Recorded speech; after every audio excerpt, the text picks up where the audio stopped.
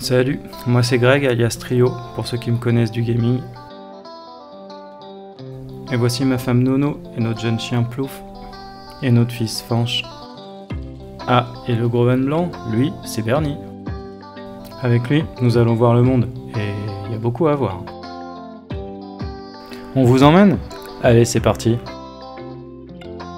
Salut à tous, bienvenue dans cette nouvelle vidéo. Et dans cette vidéo, on va vous emmener visiter la grotte d'Aussel, une des plus vieilles grottes visitables d'Europe. Donc vous allez voir, c'est super sympa. J'espère que les images seront bonnes parce que du coup une grotte c'est sombre, mais normalement ça passe. Donc voilà, et restez bien jusqu'à la fin parce que du coup on va devoir fuir le Jura à cause d'une alerte orage et vous allez voir, c'était pas une alerte dans le vent quoi. Donc voilà, c'est parti.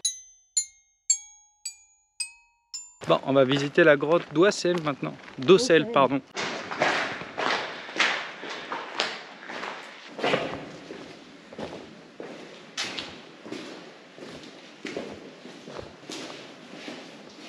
C'est super beau. Okay.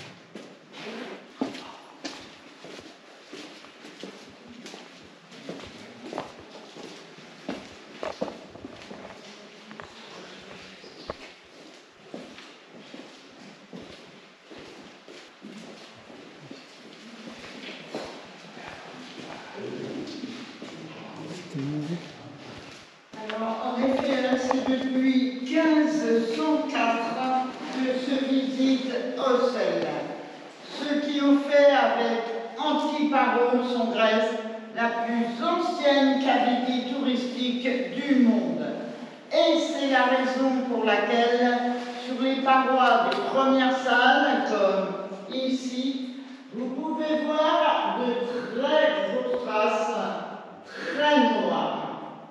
Toutes ces traces noires proviennent des torches de résine avec lesquelles ils s'éclairaient à cette époque.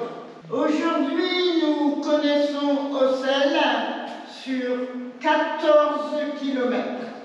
Nous avons 8 km de réseau fossile, c'est-à-dire de galeries abandonnées par les eaux, comme celle que nous allons suivre pour la visite, et 6 km qui représentent le réseau actif de rivières souterraines. Car comme toutes les grottes calcaires, Aussel a été creusée par une rivière souterraine qui creuse maintenant à un niveau inférieur et que nous verrons à 900 mètres de l'entrée. Nous n'allons pas marcher 14 km, 1200 mètres seulement, on peut dire, ont été aménagés pour les visites, ce qui ont fait tout de même le plus long parcours souterrain de France avec Patirac et Béthard. La température intérieure de la grotte est toujours été, comme hiver, de 13 degrés. Pour effectuer la visite, on vous demande de bien rester sur le chemin cimenté. Et je précise, nous faisons 1200 mètres aller et 1200 mètres retour par le même chemin. Donc, nous pouvons démarrer.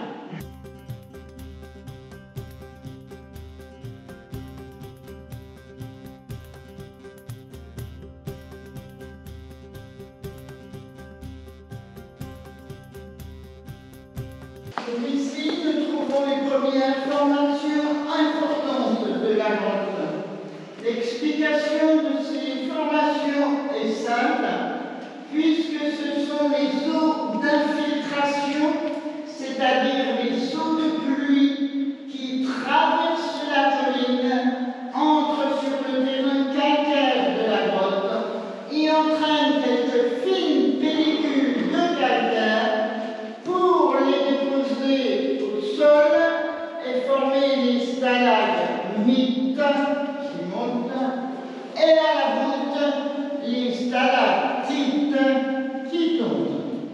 Lorsqu'elles se rejoignent, elles forment une colonne où l'on distingue bien les stalactites plus fines des stalagmites plus massives. système de formation n'a débuté qu'après le retrait définitif de la rivière souterraine, qui, elle, a creusé la grotte il y a 2 millions d'années. Quant à la vitesse de croissance de ces formations, elle est très variable. Une stalagmite grandit selon le nombre et la fréquence de gouttes d'eau qu'elle reçoit, mais également selon la teneur en carbonate de calcium de ces gouttes d'eau. Donc pour nous éclairer, ils ont établi une moyenne.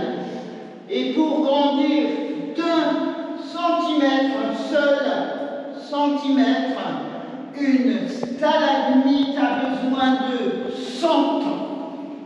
Donc, on doit en prendre soin. Rendez-vous dans 100 ans, la grotte n'aura pas beaucoup changé. Nous, oui, elle, non.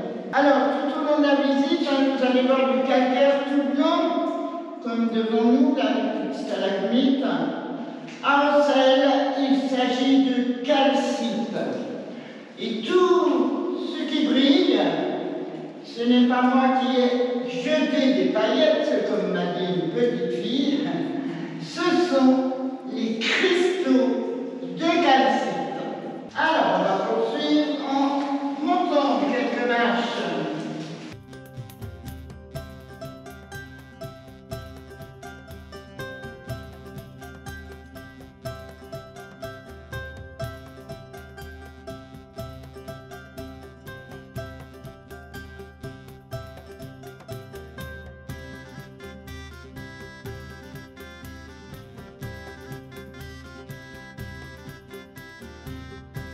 Donc avant que ça coupe, la dame disait qu'on est à 110 mètres de profondeur, pas mal quand même.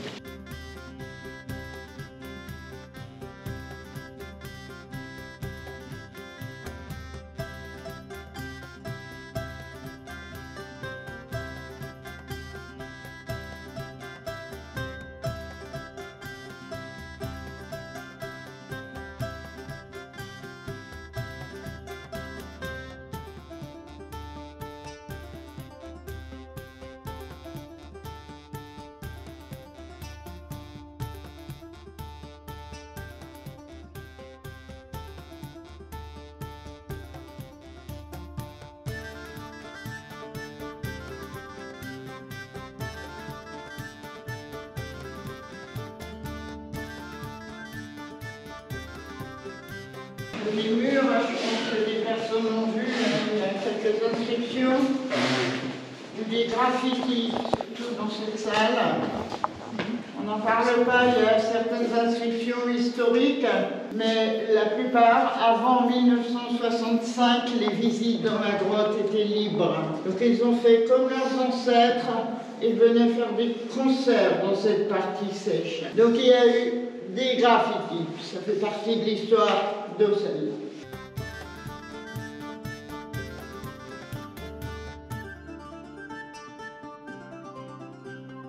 La Saint-Denis devant nous sont naturelles, elles sont appelées des bourbes.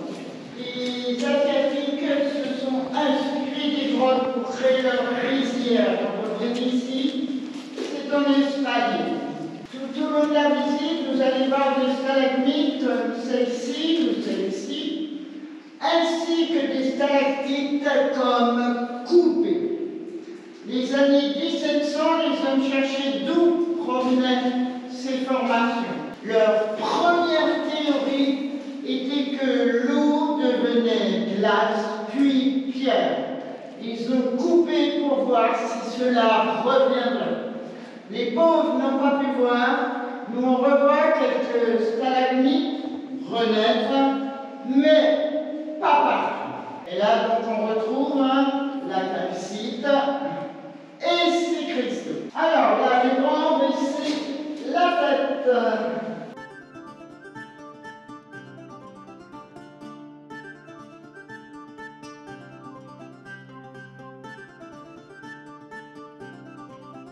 Alors oui, sur notre droite, il y a une galerie non aménagée. Rassurez-vous, on ne passe pas par là.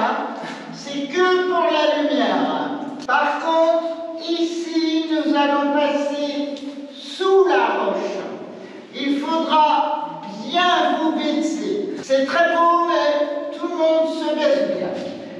mutualiser, je suis plus économique. On y va, c'est parti.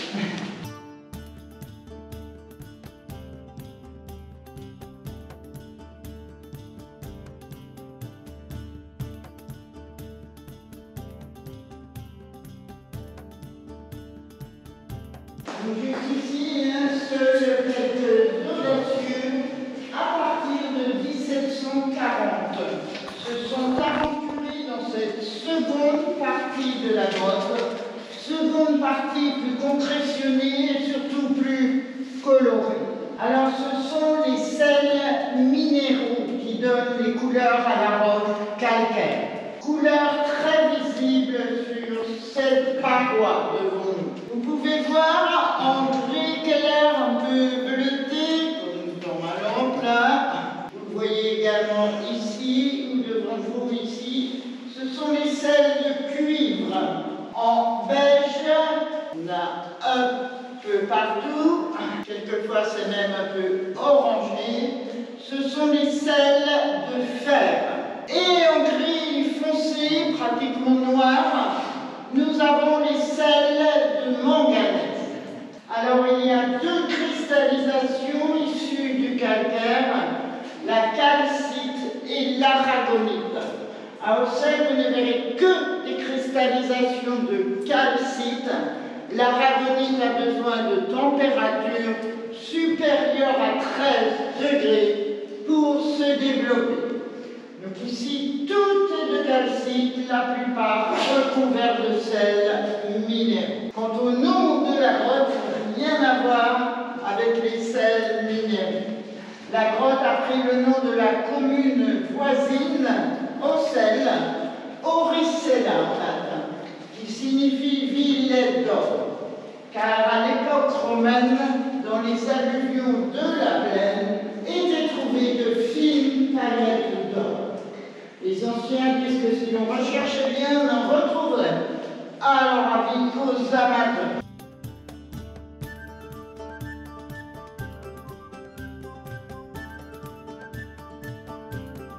Attends, faut voyard. Vas-y, prends la clé, trio, prends la clé.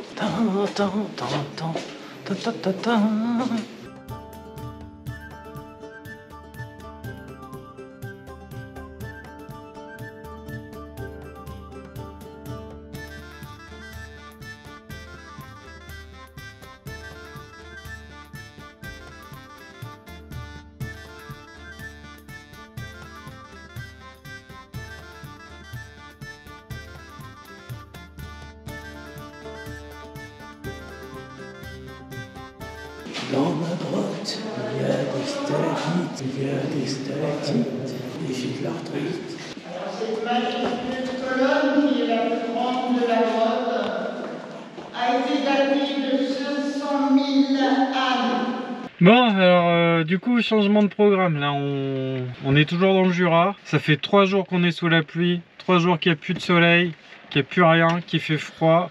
On a froid. Donc du coup, on a décidé d'aller à Montpellier. Voilà. Donc du coup, il est quasiment 19 h. On prend la route, mais là, ras-le-bol. C'est dommage, hein. C'est magnifique le Jura, mais je pense qu'on n'est pas là pour la bonne saison. Donc on va aller chercher un peu de soleil. Donc bah du coup, je vous mettrai la route. Et puis bah c'est parti. Allez, go. Et surtout, ce qu'on vous a pas dit, c'est que Météo France annonce de forts orages avec des inondations. Vous allez voir, il y en a.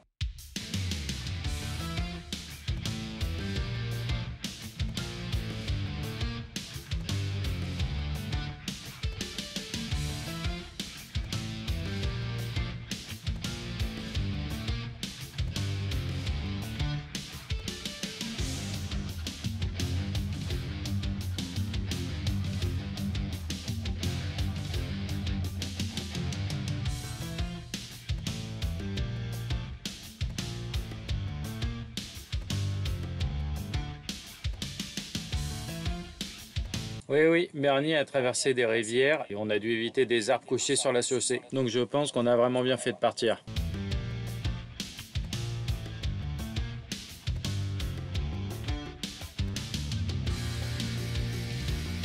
Bon bah voilà, j'espère que cette vidéo vous a plu. N'oubliez pas de vous abonner si c'est le cas, ça soutient la chaîne, ça fait plaisir aussi. Ça montre que je fais pas mes vidéos pour rien. Bah moi du coup je vous dis à plus et surtout à plus sur la route. Ciao!